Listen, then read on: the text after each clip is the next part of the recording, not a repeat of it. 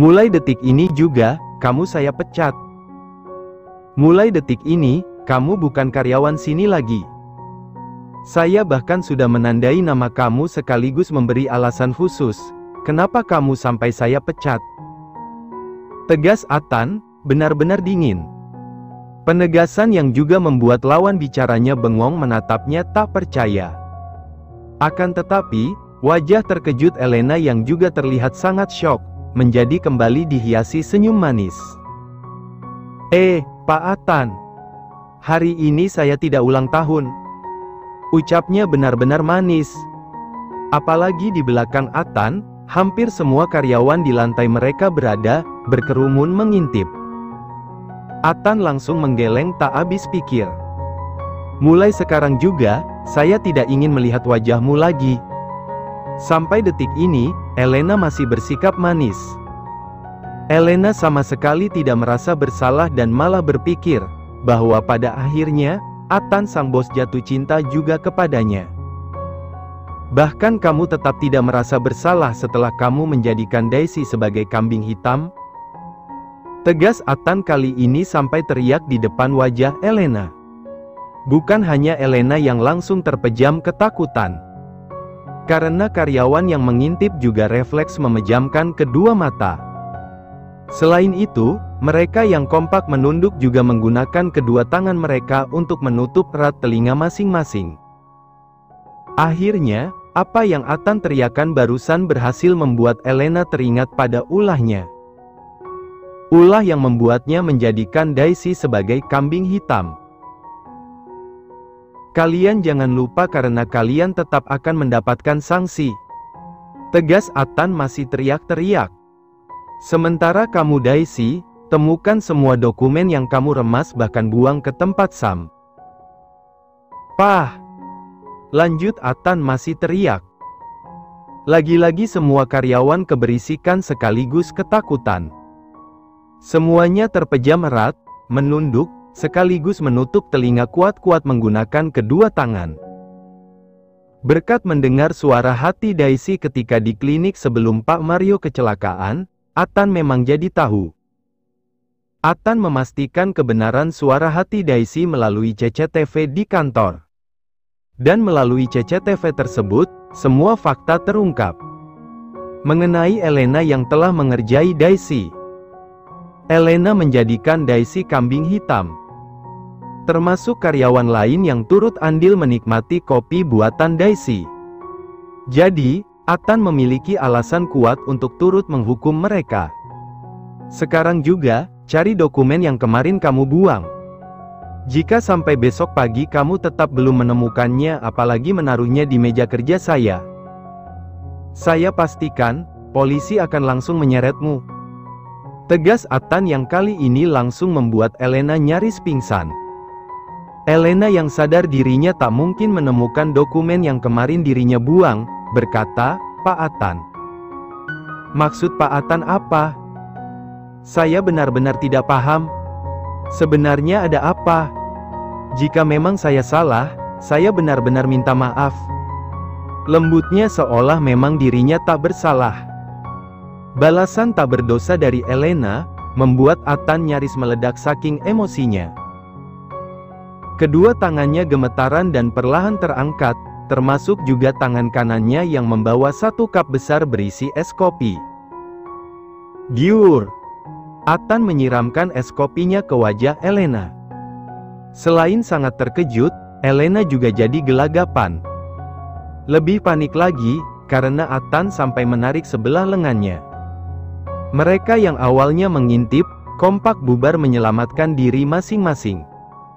Pada akhirnya, Ethan membawa Elena ke pos keamanan dan menyuguhkan rekaman CCTV saat wanita cantik itu mengerjai Daisy. Elena ketar-ketir ketika rekaman dirinya membuang dokumen ke tong Sam. Juga diputar. Tak lama kemudian, Elena terpaksa berkutat di antara sampah-sampah perusahaan. Ia membuka setiap bulatan kertas putih dan berharap itu menjadi salah satu dokumen yang ia buang. Dayas Shi. Dasar wanita sialaan. Teriak Elena merasa frustrasi lantaran harus mengecek setiap sampah di kantong hitam besar, dan jumlahnya sangat banyak. Ayo, semangat! Semangat! Aku harus menemukannya. Karena jika tidak, aku terancam di penjara. Rengek Elena sambil terus mengecek setiap kantong hingga ia menemukan sampah dari toilet termasuk itu pembalut penuh darah dan tak sampai dibersihkan. OMG!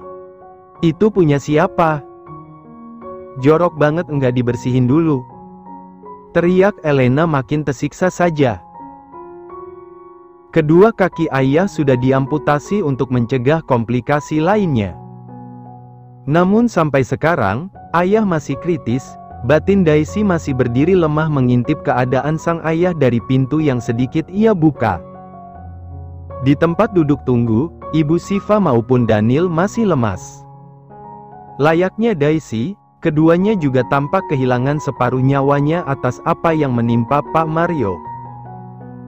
Sampai saat ini, Daisy belum berani dekat-dekat dengan keduanya karena andai ia melakukannya, Daisy yakin dirinya akan kembali menghabiskan waktunya dengan tangis. Tak lama kemudian, Ibu Hasna dan Pak Rein datang. Keduanya membawa rantang maupun kantong berisi pakaian ganti lengkap dengan perlengkapan mandi. Daniel, makan dulu. Abis itu mandi, ya. Ini ibu sudah bawa pakaian ganti buat kamu, sergah Ibu Hasna kepada Daniel yang langsung mengangguk santun sekaligus mengucapkan terima kasih. Berbeda dengan Daisy, Daniel tumbuh menjadi anak yang santun sekaligus tertib. Daniel sama sekali tidak barbar atau setidaknya berisik. Semua keonaran seolah sudah diboyong oleh Daisy. Ketika Ibu Hasna sengaja merangkul Daniel maupun Ibu Shiva, Pak Rein sengaja menghampiri Daisy. Daisy. Lirih Pak Rein berat. Iya, Pak Hasna. Berat Daisy lagi-lagi salah sebut. Pak Rein sempat terkejut, tapi langsung berusaha bersikap biasa.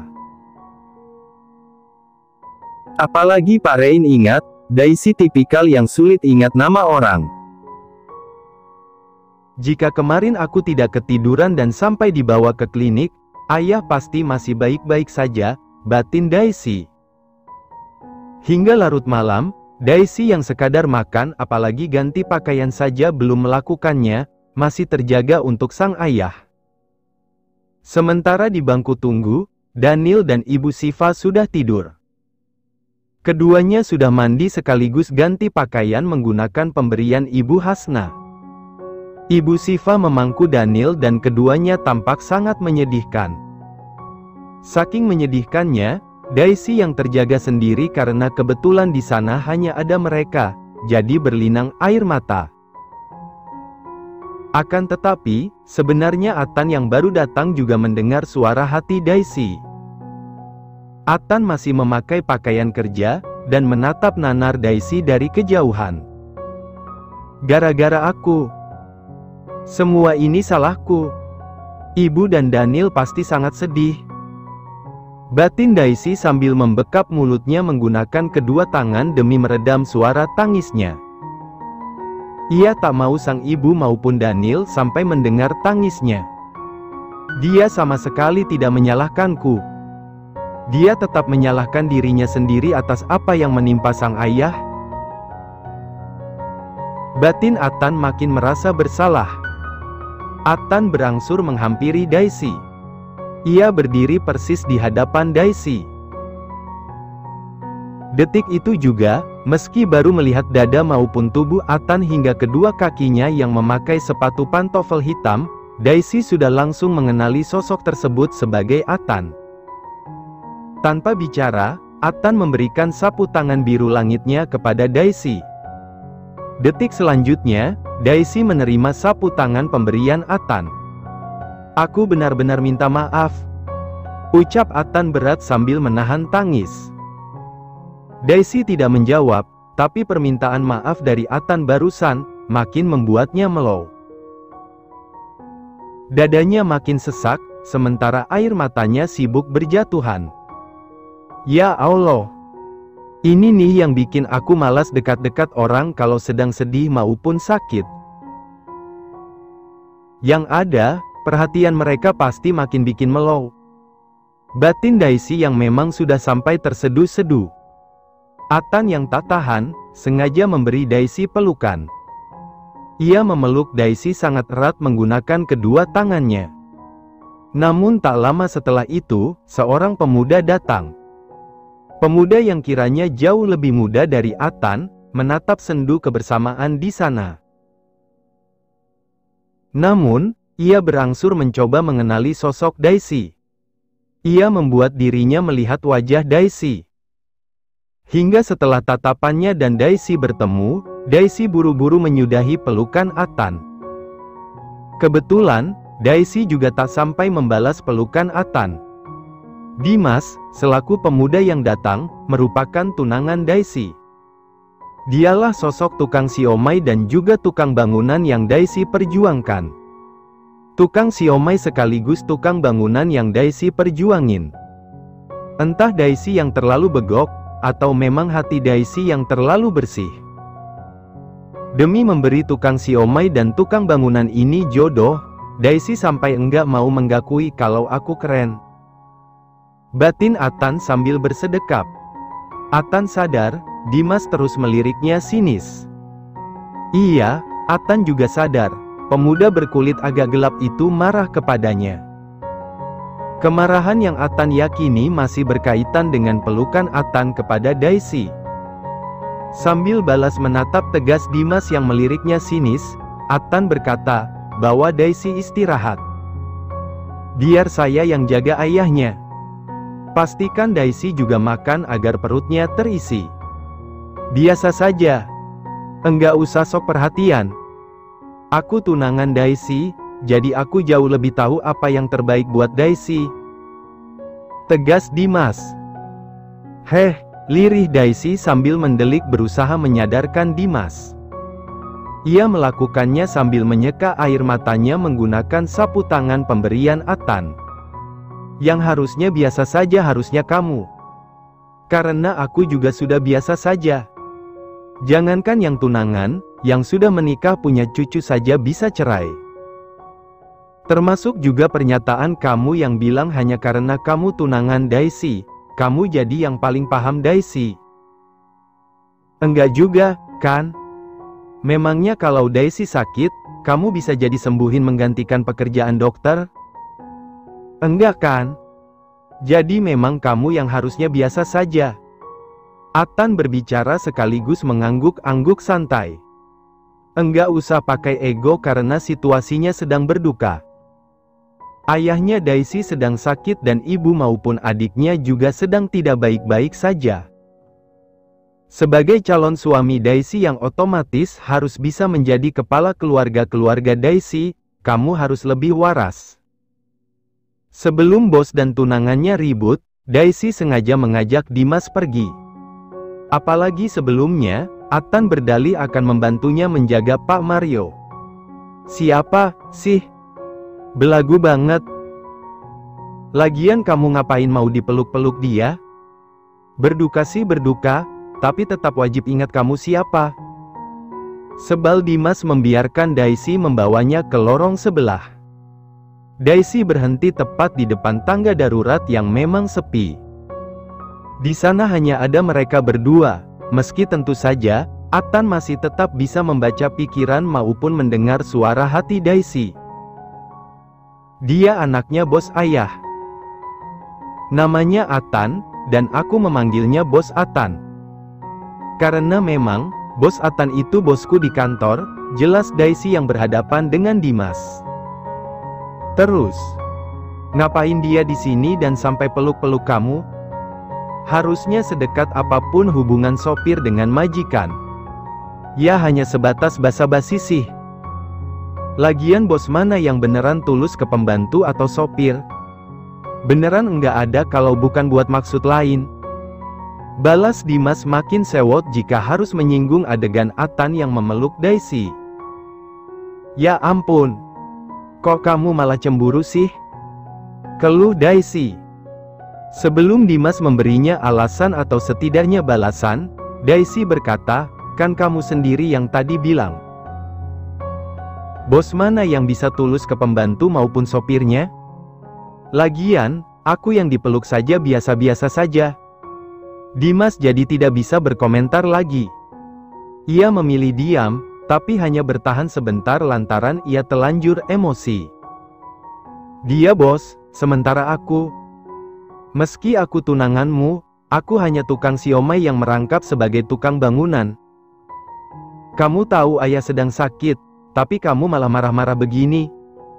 Bukannya mengurangi beban hidupku, kamu malah sengaja menambahnya." Kesal, Daisy memilih pergi. Ia bahkan mengibaskan kasar tahanan tangan Dimas yang berusaha menahan kepergiannya. Daisy kembali ke depan ruang ICU sang ayah terbaring. Yang membuat Daisy diam, ia memergoki Atan tengah sangat khusyuk bertasbih. Atan melakukannya sambil berdiri di depan pintu.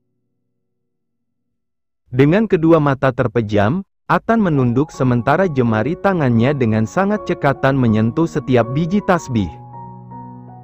Kedatangan Dimas yang masih disertai emosi, membuat Daisy nyaris menghantam kepala tunangannya itu. Daisy memberi isyarat keras kepada Dimas agar pemuda itu diam. "Bos Atan, sebagai anaknya saja aku lupa mendoakan sehusyuk itu. Ya sudah, mending sekarang aku mandi terus salat malam. Aku doa sebanyak-banyaknya ke Allah." Batin Daisy yang kemudian pamit mandi dan langsung pergi. Suara hati yang lagi-lagi didengar Atan dengan jelas. Daisy mengambil pakaian ganti miliknya lengkap dengan perlengkapan mandi. Semua itu masih pemberian Ibu Hasna siang tadi. "Ngapain mandi? Kamu jadi ganjen gini, ya?" Sergah Dimas sengaja berucap lirih. Atan yang berangsur membuka mata, sengaja menyusul Dimas. Sebab Dimas yang masih emosi dan meluapkannya kepada Daisy, sampai mengikuti Daisy. Atan tidak mau, Dimas nekat melukai Daisy lebih dari ucapan kasar yang terus pemuda itu lakukan. Kendati demikian dan turut menunggu Daisy di depan area toilet, jemari tangan kanan Atan masih sibuk bertasbih. "Nih orang sok alim banget." Jengkel Dimas merasa muak dan sengaja menjauhi Atan. Namun pada akhirnya, hanya Atan yang menemani Daisy bertasbih hingga subuh. Keduanya bahkan menunaikan salat hajat kemudian salat subuh bersama di musola yang ada di rumah sakit.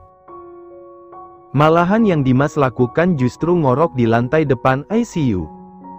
"Andai kemungkinan buruknya, ayah kamu harus meninggal. Kamu harus ikhlas," ucap Atan ketika akhirnya mereka keluar dari musola. Atan menatap berat punggung Daisy yang sampai kini masih tertutup mukena. Karena memang, Daisy yang masih memakai mukena, melangkah di depan Atan.